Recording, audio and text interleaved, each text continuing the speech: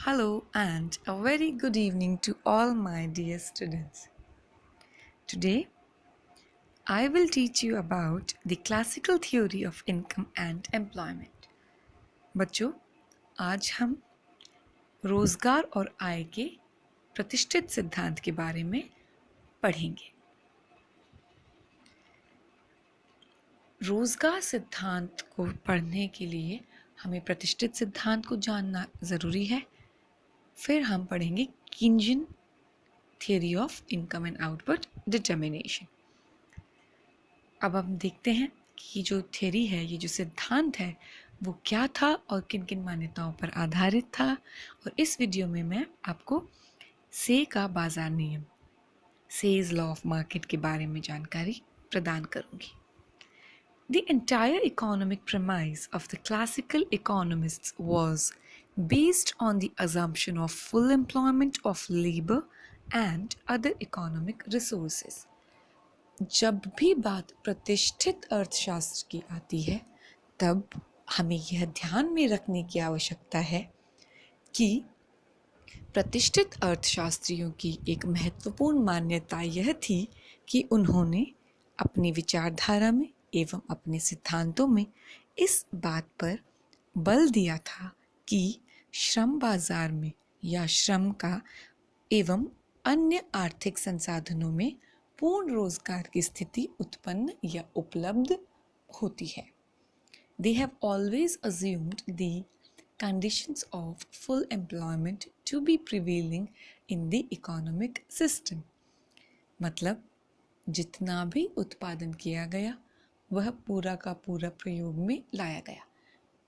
यहाँ पर अति उत्पादन या अल्प उत्पादन की अवस्थाएं नहीं मानी जाती। They were of the opinion that the economy operates in the stable equilibrium situation in the long run, and any deviation thereto was regarded as abnormal.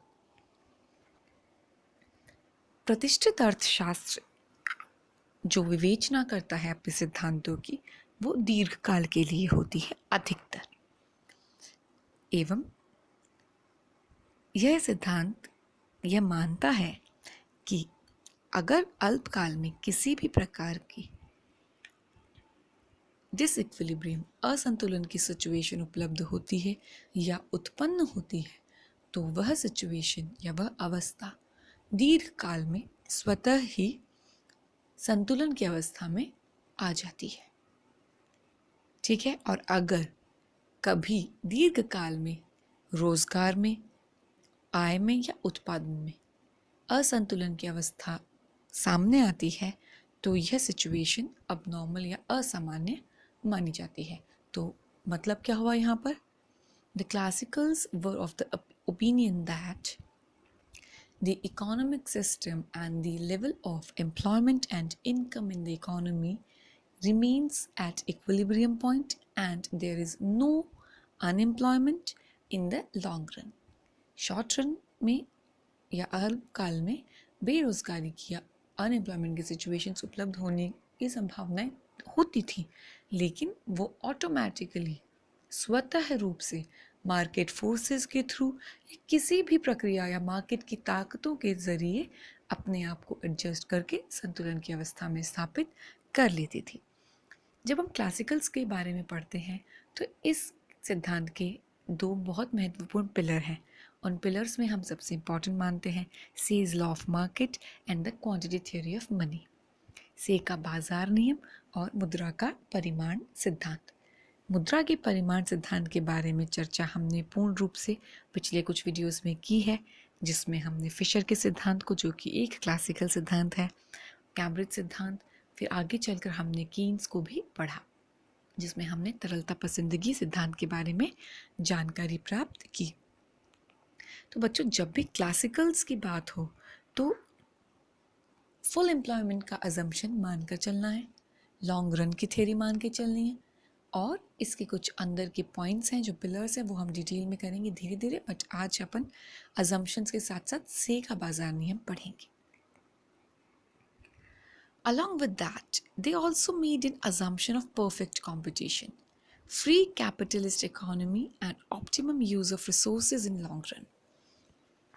प्रतिष्ठित अर्थशास्त्रियों का एक और उदाहरण या एक और मान्यता थी कि वह पूर्ण रोजगार की सिचुएशन या अवस्था को प्रचलन में मानते थे।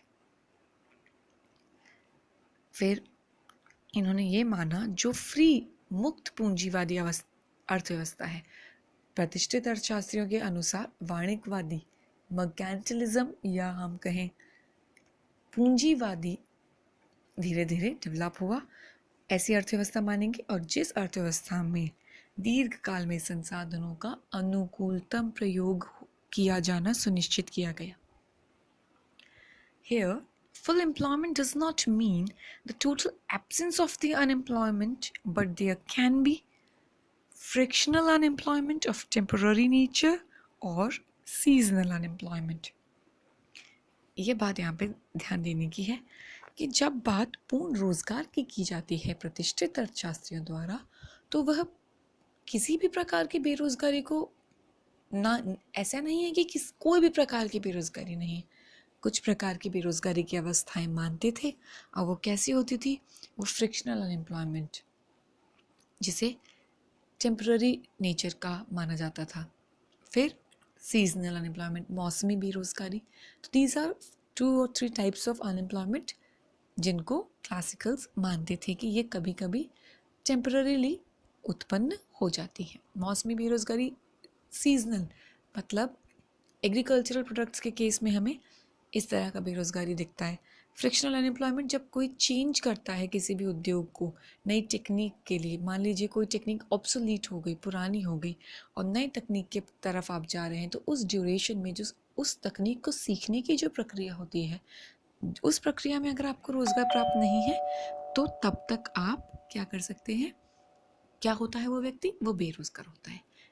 साइक्लिकल अनएम्प्लॉयमेंट भी होता है। तो क्लासिकल्स ने माना फ्रिक्शनल अनएम्प्लॉयमेंट और सीजनल अनएम्प्लॉयमेंट। अब कुछ मान्यताएं देखते हैं हम। परफेक्ट कंपटीशन, पूर्ण प्रतियोगिता। माइक्रो इकोनॉमिक्स में हमने बाजार के प्रकार में पढ़ा है पूर्ण प्रतियोगी बाजार, जहाँ पर वस्तुओं की कीमतें पहले से उद्योग द्वारा निर्धारित होती है, ठीक है, और वस्तु के लिए मांग क्या होती है? पूर्णतः लोचदार, perfectly elastic demand for the commodity. Then दूसरी मान्यता क्या है? Wage price flexibility. ये बहुत इंपॉर्टेंट कंसेप्ट है, इसको पीगू ने एक्सप्लेन किया है, एक इकोनॉमिस्ट हैं जिनके बारे में मैं आपको डिटेल में अगली वीडियो में बताऊंगी।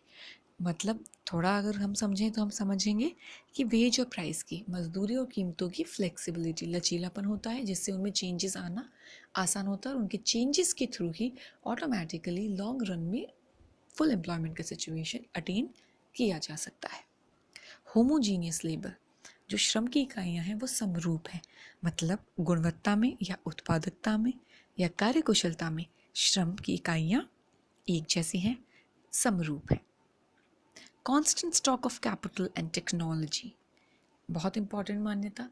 क्लासिकल्स ये मानते थे कि अर्थव्यवस्था में जो भी चेंजेस हो रहे हैं पूंजी में या तकनीक में, वह कांस्टेंट है। स्टॉक उनका जो है कैपिटल का, वो चेंज नहीं हो रहा है, बहुत फ्रीक्वेंट चेंज नहीं हो रहे, लंबे समय के बाद हो सकते हैं। Laser fair economy, very very very important assumption of classical model. Laser fair economy का अर्थ होता है कि सरकारी हस्तक्षेप ना होना, नो इंटरवेंशन ऑफ गवर्नमेंट। अब जब बात लेज़र फेयर की हो तो इसमें मार्केट फोर्सेस का रोल ज़्यादा बढ़ जाता है, गवर्नमेंट इंटरफेयर नहीं कर रहा है। कीन्स ने धीरे धीरे गवर्नमेंट इंटरवेंशन को माना, सरकारी हस्तक्षेप को स्वीकारा। All the units produced are sold in the market, जो भी वस्तुएं किसी भी जो भी इकाइयाँ किसी भी वस्तु की उत्पादित हुई हैं, वो सारी की सारी बाजार में बिक्री हो गई है। तो there is no inventory stock, कुछ भी बचा हुआ प्रोडक्शन नहीं होता।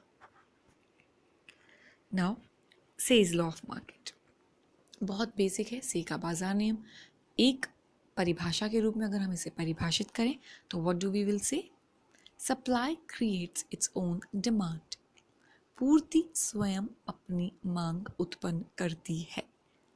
Supply creates its own demand, ठीक है। JB Say was a French economist of 19th century. He said that supply creates its own demand. This appears to be simple proposition but has had many different meanings and many sets of reasoning. ये कहने में एक simple सा वाक्य लगता है और preposition है जिसको माना या ना माना जाना डिपेंड करता है। According to this concept, whenever any product is produced, the demand of that product is also simultaneously generated on account of or through the process of payment of remuneration to the factors of production. अब देखिए, इस मान्यता के अनुसार क्या होता है बच्चों, जो भी वस्तु उत्पादित हुई है, ठीक है, जब भी कोई वस्तु उत्पादित होती है तो बाजार में उसी समय साइमल्टेनियसली साथ साथ उस वस्तु के लिए मांग भी व्युत्पन्न हो जाती है या उत्पन्न हो जाती है। The demand for that commodity also generates. अब हम देखेंगे कैसे। In other words, every output produced results in an equivalent demand being generated which leads to its sale so that there is no surplus output or over production. देखिए, every output produce, जो भी उत्पादन उत्पादित किया गया है वह उसके बराबर की मांग उत्पन्न करता है, तो there will be no inventory stocks, है ना, मैंने अभी आपको बताया। तो इससे क्या होता है, सरप्लस आउटपुट या सरप्लस प्रोडक्शन या ओवर प्रोडक्शन की सिचुएशन नहीं होती है। Say's law is applicable both in barter economy and in money economy. Say का जो बाजार नियम था बच्चों, वो दोनों तरह की अर्थव्यवस्थाओं में लागू होता था। बार्टर सिस्टम मैंने बताया था आपको, वस्तु विनिमय, और मनी इकोनॉमी तो है मुद्रा का अर्थव्यवस्था।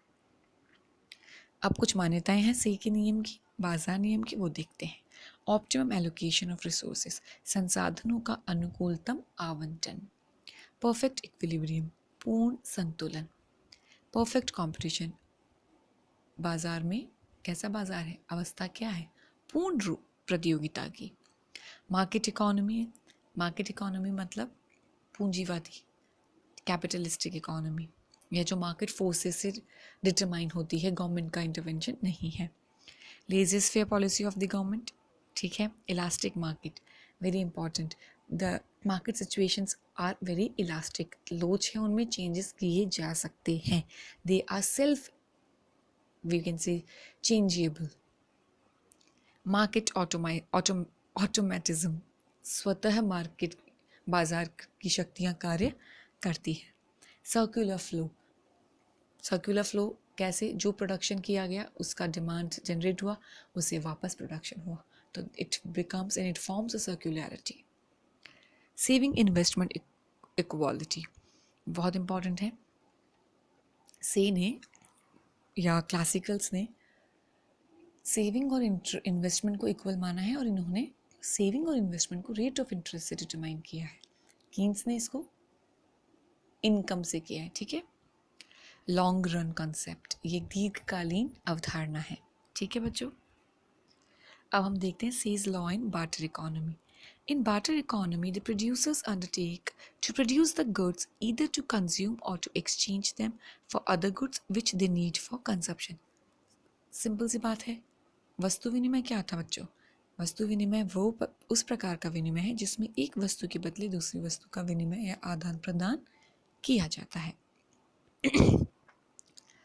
In any case, they create a demand for goods which is equal to the supply of goods they have produced.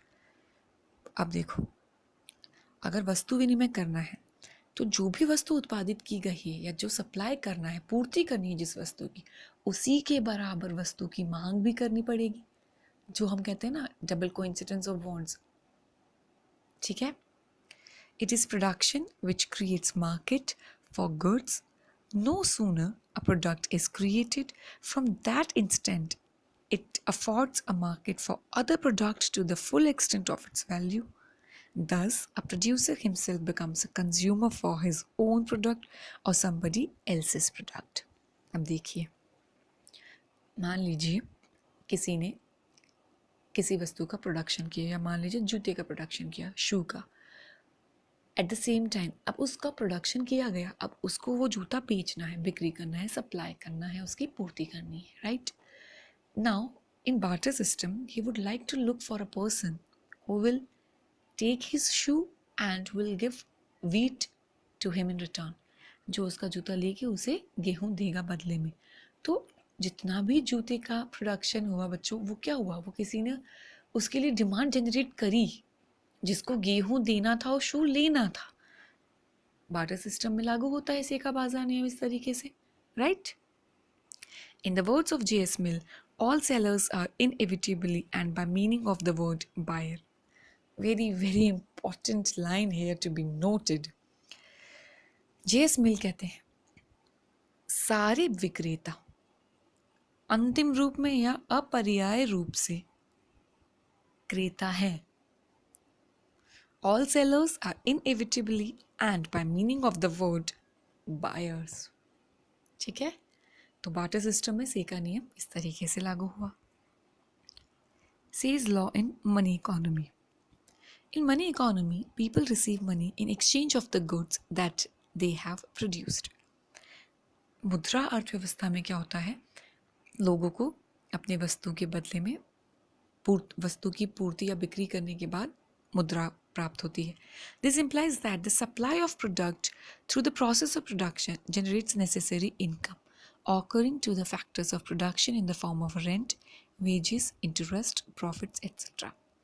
To demand the goods produced so that an equivalent demand is created in accordance with the supply.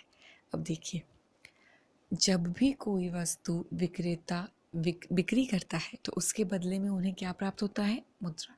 उस मुद्रा को वो किन को देते हैं, अपने factors of production को देते हैं, उत्पादन के साधनों को दिया जाता है, और जो वो इनकम जनरेट हुई है वो क्या करेगी, वो फर्दर डिमांड जनरेट करेगी, परचेजिंग पावर बढ़ेगी, लोगों की क्रय शक्ति में वृद्धि होगी, जिससे लोग मांग करेंगे बाजार में उत्पादित वस्तुओं और सेवाओं के लिए।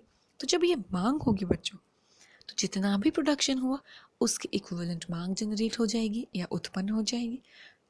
तो सेकल नियम ने प्रूव हुआ यहाँ।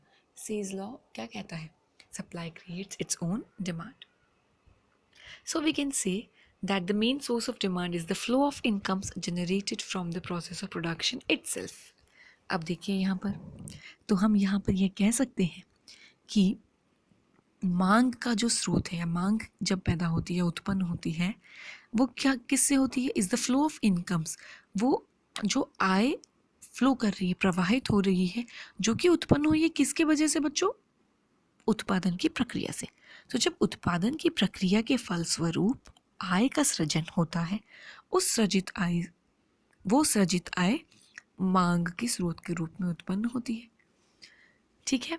However, in money economy, people may not spend all the money income that they have received. They may decide to save a part of their income. अब यहाँ यह गौर करने की बात है कि मनी इकोनॉमी में, मुद्रा अर्थव्यवस्था में, जो भी पैसा लोग खर्च करते हैं उसके बदले जो उनको इनकम मिलती है उसे वो सारा का सारा खर्च नहीं करते, कुछ उसको सेव कर लेते हैं। तो यहाँ पर से के नियम में सेविंग और इन्वेस्टमेंट के कंसेप्ट को भी इंक्लूड किया गया है। According to classical writers, the interest rate mechanism would ensure the conversion of saving into investment to ensure full employment.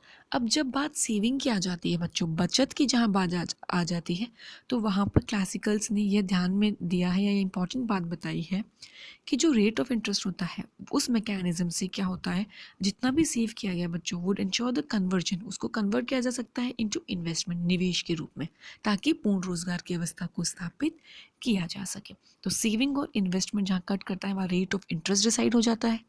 ठीक है? तो जितना भाग सेव किया मान लीजिए, उतना ही भाग इंडिविजुअल क्या करता है, इकोनॉमी में सब लोग इन्वेस्ट करने के लिए प्रेरित हो जाते हैं। If people decide to save more than before, total savings in the economy would increase, leading to fall in interest rates. अब देखिए, सेविंग और इंटरेस्ट रेट में पॉजिटिव संबंध होता है, धनात्मक संबंध, और उनका कर्व जो सेविंग कर्व होता है बच्चों, बचत वक्र है, वो प्रतिष्ठित अर्थशास्त्रियों के अनुसार धनात्मक ढाल का होता है, और जो हमारा निवेश वक्र होता है वह ऋणात्मक ढाल का। किसके तुलना में किसका फलन है ये? ब्याज की दर का। तो ये ऑटोमेटिक एडजस्टमेंट्स हो जाते हैं, जैसे ही सेविंग ज़्यादा बढ़ती है ब्याज की दर घट नीचे आ जाती है।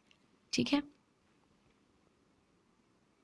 The investment will increase till it becomes equal to the total savings, और निवेश तब तक बढ़ेंगे जब तक वह बचत के बराबर ना हो जाए। So the income not spent for consumption goods would be spent for investment by entrepreneurs. तो इससे अंतिम रूप से क्या समझ में आया कि वह आय जो उपभोग वस्तुओं के लिए नहीं उपयोग की गई वरन बचत की गई, वह अंतिम रूप से क्या की गई? निवेश वस्तुओं के लिए खर्च की गई, या निवेश के लिए उद्यमी द्वारा खर्च किया गया। तो फाइनली क्या हुआ? जो भी सप्लाई की वजह से इनकम जनरेट हुई, उसकी डिमांड हुई, सॉरी पहले डिमांड हुई फिर इनकम जनरेट हुई, और वो सारी की सारी इनकम क्या हो गई? एक्सपेंडिचर हो गया, उसका व्यय हो गया। ओके, अब देखते हैं थोड़ा सा क्रिटिसिज्म से का बाजार नियम के बारे में, फिर हम क्लासिकल मॉडल को पूरे डिटेल में और ज़्यादा पढ़ेंगे, वेज प्राइस फ्लेक्सिबिलिटी के साथ, और पूरा मनी क्वांटिटी क्यूटीएम्स के साथ, या मनी मार्केट, लेबर मार्केट, और इन सब के साथ। ठीक है, the assumption of perfect competition is unrealistic. जो पूर्ण प्रतियोगिता का सिद्धांत है या मान्यता है वह क्या बोलते हैं उसको, अनरियलिस्टिक है, अवास्तविक है। Savings and investments are not continuous process.